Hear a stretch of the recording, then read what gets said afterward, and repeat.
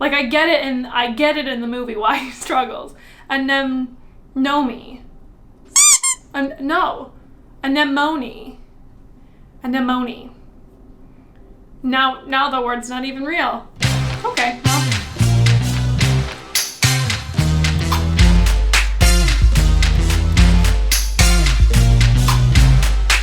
Hello and welcome back to my channel. I'm very excited for this week's video, and I know I say that every week, but I'm excited every week. But this one's especially special because I will be reviewing and rating the biological and ecological accuracy of cartoon animals. So that was the initial plan anyway, and then I realized that June 6th through June 12th is actually World Oceans Week, so I decided I would do Oceans theme, and so we're just gonna focus on Finding Nemo. So whether you love Finding Nemo, or you love the ocean, or you love critiquing things, this video is for you. Now, full disclaimer, I am not a marine biologist. I am just a big fan of the ocean. I do have some background in biology and animal behavior, which is why I like doing this kind of stuff. But I did sit down and do a lot of research for this video. Now, step one was to create some kind of rubric. That's generous. Some kind of criteria that I'm rating these cartoons on, just so I'm not all just willy-nilly assigning values to things. I created 3 categories that I'll be judging these cartoon characters on. So I'll be rating some of the major characters in Finding Nemo based on 3 main categories. 1, physical accuracy. Do they look like that animal or species is supposed to look like? 2, ecological or environmental accuracy. So does this animal live where it's supposed to and with other creatures that it's supposed to? And then number 3, similarly but slightly different, behavioral accuracy. Is this animal behaving similarly to the way we would expect this species to behave? Now, obviously, cartoons by nature are anthropomorphized versions of animals. Anthropomorphized meaning assigning human traits to non-human animals.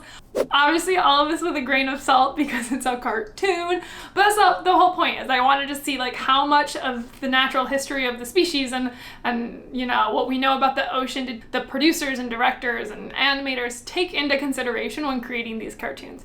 Step 2 is rewatching Finding Nemo. This is the part I'm most excited about.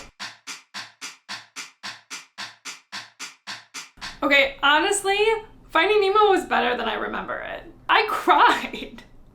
Do you just is that when you get older, do the Disney movies just hit differently? I teared up multiple times. And finally, there was the last and final step, which was to do some research, crunch the numbers, and that is what I'm delivering to you here today. We're gonna go through, based on the research that I did, just see how accurate Finding Nemo is. So without further ado, let's dive in. I was so proud when I wrote that. So proud. All right, we must start off with our main event, our main protagonist, Marlin, and by extension, his son, Nemo, our clownfish. Now, to be honest, Marlin was one of the reasons I thought of the idea of reviewing cartoon animals for accuracy to begin with, and I'll get to that in a little bit, because I want to go in the order of our rubric, but you'll see what I mean. Okay, first off, do Marlin and Nemo look like clownfish? I'd say yes.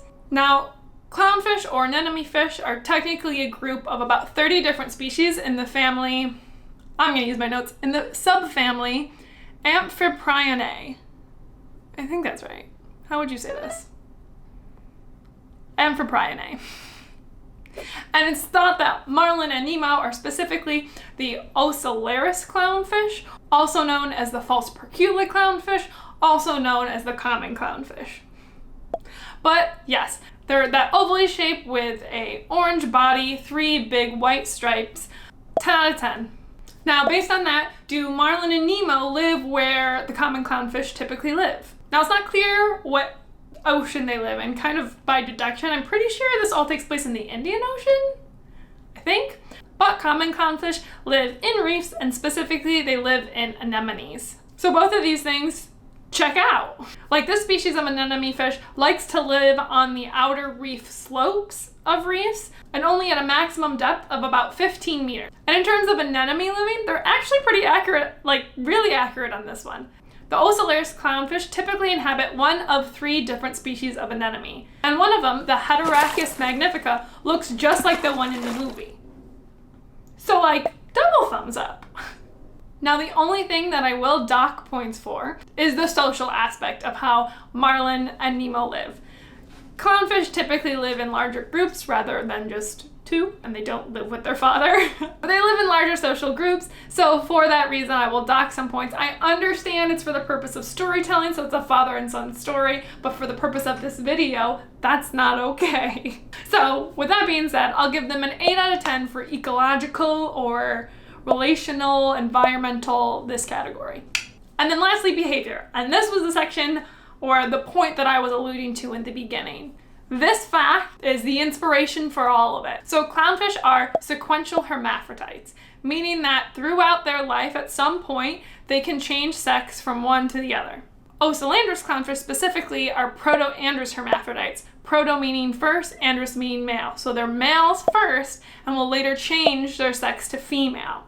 This typically happens when the female in their group dies, like Coral did.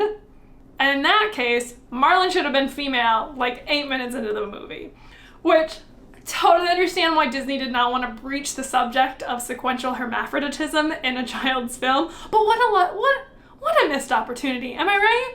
So they definitely lose points for not including that. I understand why they didn't. I just think it's really cool. And it's a fun thing to bring up when you watch Finding Nemo with someone. It's a fun fact to bring to a bar. Tell people.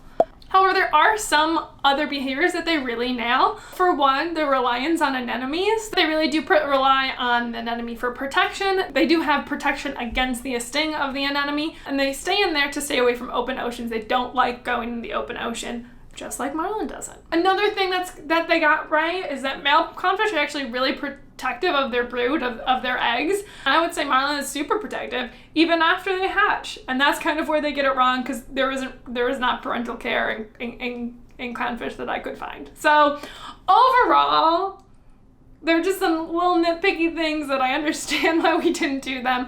So I would give them a 5.5 out of 10 for behavior. Mainly just because, like, what missed opportunities, am I right? But final standing, 8 out of 10, I'd say that's pretty good for our protagonist. Now it's time for some honorable mentions. So these are just characters that I think are fun little Easter eggs almost of animal behavior. So number 1, Mr. Johansson, the grumpy old flounderfish in the very beginning that comes up from the sand and has the 2 eyes on the side of his head. So that's a real fish. There's a lot of different flounders and I couldn't figure out which one specifically this is. But fun fact about flounders is that they're actually born with their eyes normal, forward facing, and the eyes will slowly migrate to one side of the head as the animal grows. And depending on what species of flounder it is, will affect what side it goes to, which I just think is fun.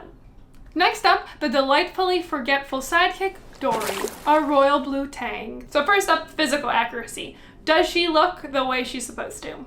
Now we are led to believe that Dory is a Paracantherus hepatus, a species of surgeonfish, also called a regal tang or a pallet surgeonfish, or a hippotang or a blue hippotang, or a flagtail surgeonfish or a blue surgeonfish, or like 5 other names, but they all are the same thing. I will refer to her as a royal blue tang henceforth. They're a flat pancake-shaped fish with a royal blue body, yellow fins, and kind of this black palette-shaped marking on their sides. So honestly, and unsurprisingly, the animators nailed it, including the fact that royal blue tangs have 26 small dorsal soft rays on the top and then 24 anal soft rays at the bottom. Those are also in there.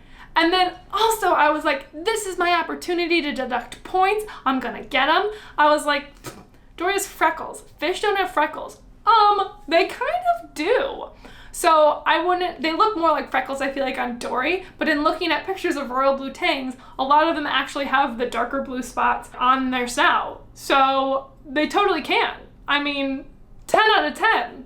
Now, this living situation. Royal blue tangs can be found in reefs throughout the Indo-Pacific, and clownfish are found in the Indian Ocean, which is why I'm led to believe that this reef is in the Indian Ocean, which is accurate. Right? That's how that works. So there's not much more to dig into because we don't actually see where Dory lives, but typically blue tangs do live in pairs or small groups, and Dory is by herself. So I'm gonna dock 1 point for that. I know it's for the story. I know it's like Dory's whole background about like her family and stuff, but I'm gonna dock a point. 9 out of 10, still pretty good. And then lastly, behaviors. Dory acting like a royal, like we would expect a cartoon version of a royal blue tang to behave. The only thing we know is that Dory is sweet and kind, and based on my research, blue tangs can be aggressive, but only to other blue tangs, and we don't see another blue tang, so I would say that's accurate. But the biggest part of Dory's personality is the fact that she has short-term memory loss. Now, Dory's memory loss is not species specific, so they're not saying like this is something that happens in royal blue tangs. So I'm not going to count it against her, but I did want to see, like, do fish suffer memory loss? Like, is this a real thing? And I found this awesome BBC article, actually, talking about how fish are actually a lot smarter than we give them credit for. For example, goldfish can actually remember things for up to 3 months. Crimson spotted rainbow fish can remember escape routes to evade predators for up to 11 months. And even a simple guppy can actually solve a really complex puzzle. I know none of this relates to Dory. I just thought it was a great opportunity to talk about how cool fish can be. So I'll link the article below if you want to read up more on fish cognition. There's not a lot else we can really judge on, except I did come across this one fact which I thought was really interesting. But I read in an article that royal blue tangs have actually been seen playing dead in order to evade a predator. And it just really reminded me of when Dory and Marlin first meet the sea turtles, and Marlin thinks that Dory is dead on the back of the sea turtle, and she's just playing hide and seek. I don't know, it just seemed really similar, and I don't know if that was intentional, but I just think it's really cool if it was. Overall, I'm giving Dory a 9 out of 10 in terms of behavioral accuracy. And with that, Dory steals the lead. That is a 9.333 with the little bar over it, out of 10. All right, it is time for another honorable mention, and this time it's the anglerfish. So a couple things. Yes, they live in the deep ocean. Yes, they are just as terrifying, maybe more terrifying, as they are portrayed in the movie. And yes, they do produce bioluminescence, which is super, super cool. There are more than 200 species of anglerfish, and honestly, I just didn't have the determination to go through and try to figure out which species of anglerfish the one in Finding Nemo is. But the one thing we know is that this guy is actually a gal. We know this because in anglerfish, they have one of the most extreme forms of sexual dimorphism. Sexual dimorphism being when females and males of a species look different. And that's because what we see, the traditional anglerfish is female. Male anglerfish are actually like these tiny little sacs of a fish that are basically parasites. Like legitimately, when a male anglerfish finds a female, this little tiny thing bites the side of the female, releases an enzyme that digests the skin around their mouth, and basically fuses them to the female down to the blood vessel level, which is just pretty wild. So that's another fun fact for you. All right, next up in our heavy hitters, we have Bruce, our favorite great white shark. Pretty sure we all know that he looks like a shark, but how much does he look like an actual great white shark? They have kind of that conical, like, torpedo-shaped body. They are dark on top, light on bottom. That's called counter shading, and they have rows and rows of teeth. So they really nailed it on this one. Great white sharks and other sharks actually have rows of teeth that will replenish themselves essentially throughout their life. As they lose teeth, they'll get new ones. So that's like actually super accurate. Now the one thing I'll say that they missed a little bit is that Bruce is pretty round, I feel like, and I feel like that's just an artist's take. And although these guys can weigh up to 5,000 pounds, they tend to be a little bit more aerodynamic, and for that reason alone, I will deduct 1 point, giving him a 9 out of 10 on physical appearance. I just think in reality, they're like a little bit slimmer, you know? Like they're chunky boys, but they're a little bit slimmer. All right, number 2, is he living where he should be living? Well, we don't meet him where he lives. We don't meet him in his home. We meet him in like a sunken battleship. But based on his Australian accent, we can assume that Bruce is from Australia. And since great whites pretty much live in any and all coastal waters, we're gonna give him a thumbs up. And although there has been cooperative hunting actually seen in great whites, it's very typical for them to be a lone shark, if you will. So another thumbs up for that. The one thumbs like kind of like, I don't really know about this one, would be his relationship with anchor and chum, the hammerhead shark and mako shark respectively. Now, in the movie, they're like good buds. They're part of this Fish Eaters Anonymous club. I could not find any research to say that these three species of sharks hang out. And then furthermore, great white sharks actually prey on smaller sharks. And then I didn't find this for hammerhead sharks, but mako sharks have been known to be eaten by larger sharks. And so one could draw the conclusion that Bruce might eat chum. So it just seems like maybe an unlikely friendship. I just don't think all sharks are friends. I wish. And so for that, we are giving them a rating. I'm giving them an 8 out of 10, just because I don't know what's going on with this shark group, but I don't think it's realistic. And then finally, behavior. There are a couple things we can go off of. First off is this kind of general demeanor. He's very much a joyful jokester of a shark. And while I cannot confirm that great white sharks are jokesters, I do appreciate the fact that he isn't off the bat like some bloodthirsty killer, because we know for a fact that that is not what sharks are. One thing we can fact check is the line, "I never knew my father," because great whites don't know their father. Males mate with females and then they're off. So a great white shark would not know their father. So truly just a fantastic line. And then the big one, the blood in the water. When Dory gets a nosebleed, Bruce smells the blood and then like loses his mind. Where is the accuracy in that? So I'm sure we've all heard this before, like, don't go swimming with a cut because like a shark will come and eat you in the ocean. While sharks can't smell like amazing distances across the ocean, they do have a really good sense of smell in the water. And according to an article by Reader's Digest, they can detect a chemical in the water at a rate of about 1 part per 10 billion parts. So what that means is basically they could detect 1 drop of blood in about a normal sized swimming pool of water. So smelling Dory's bleeding nose, absolutely. The only thing I'll knock some points off of is this kind of immediate switch to friendly shark to cold-blooded killer and smelling blood. Well, it's true that they can smell blood. They don't it's not a switch that turns them into a crazy shark. Everything else was so good though, so I'll give them an 8 out of 10. That's 8s across the board. 8 out of 10 for Bruce. I would be remiss to not mention the group of schooling moonfish in this movie, because it gives me a perfect opportunity to talk about the lateral line. So here's the quick and dirty of it, because I don't want to focus on it too much, because not everyone cares like you do, Ashley, but they're watching this video, so hopefully they care a little bit. So here's the quick and dirty of the lateral line system, or the lateral line organ.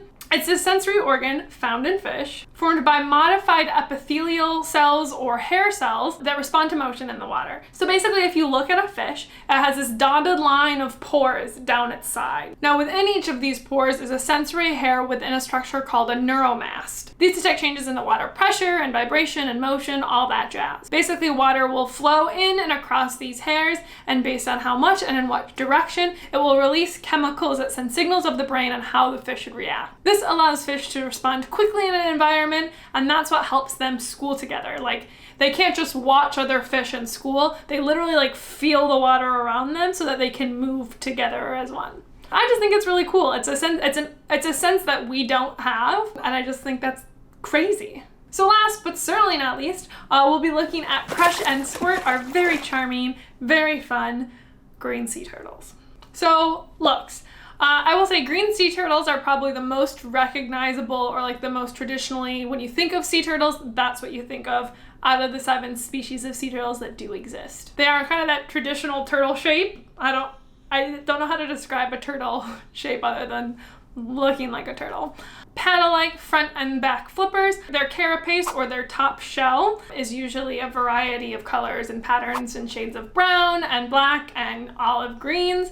Their plastron, or the part underneath their body, is usually hued yellow. So in terms of like color and shape, I'd say Crush is looking pretty good. The only thing that I'd say is missing is that green sea turtles traditionally have this kind of beak on the front of their snout that's used to rip up grass. It's protective when they eat jellyfish, and Crush does not have that at all. So although he has a cute face, he's missing that, so we will lose some points. And I also cannot ignore the fact that hatchling sea turtles have very dark, almost black shells. And although Squirt, we don't know how old Squirt is, they don't, Squirt has Hawaiian flowers on his shell, and that's just scientifically inaccurate. I'm so sorry.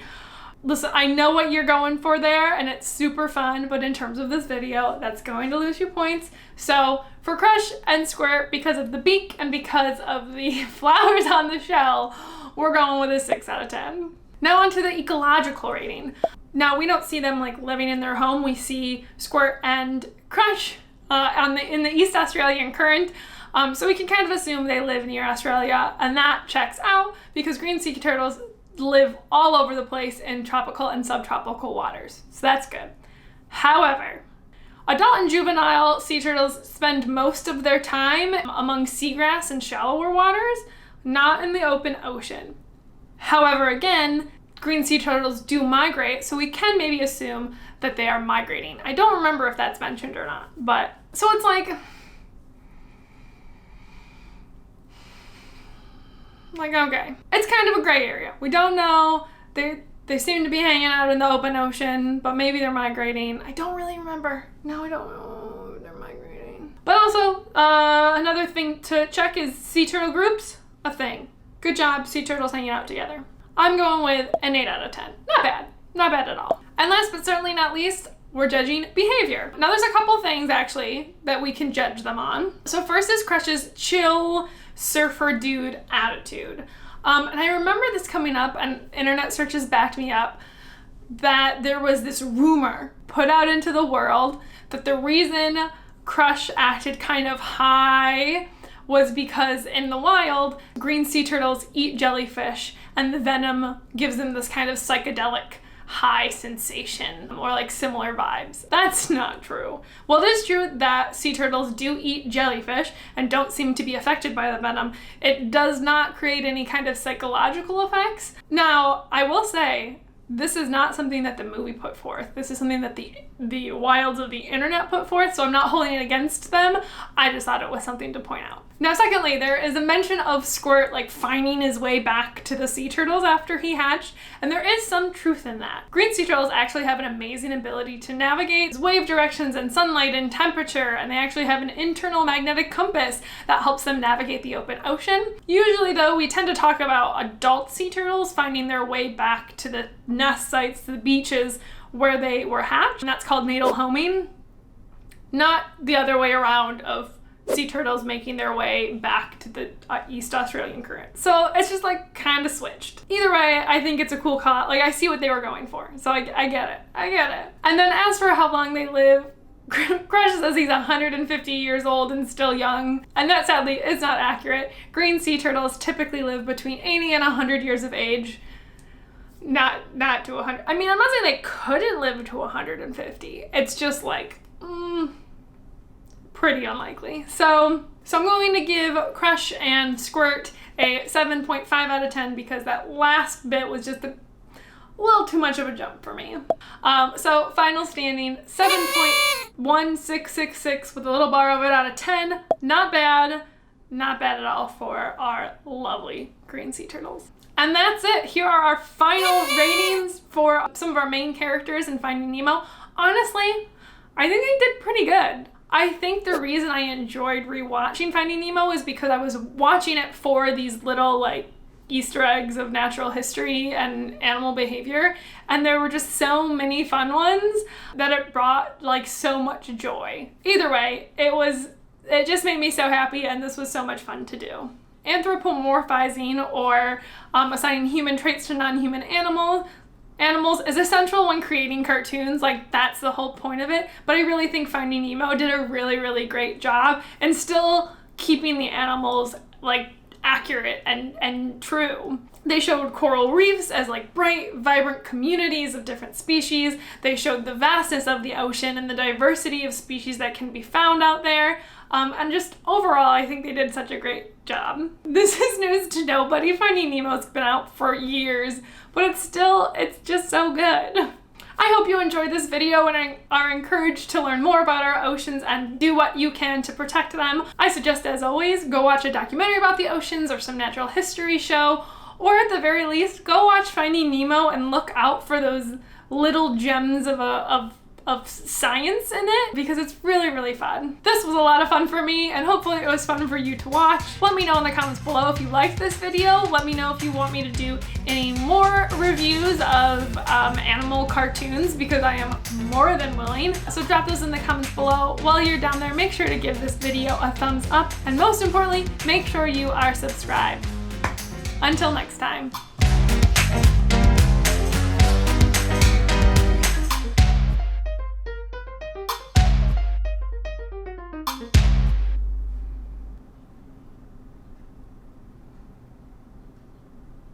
I think we're just gonna be done.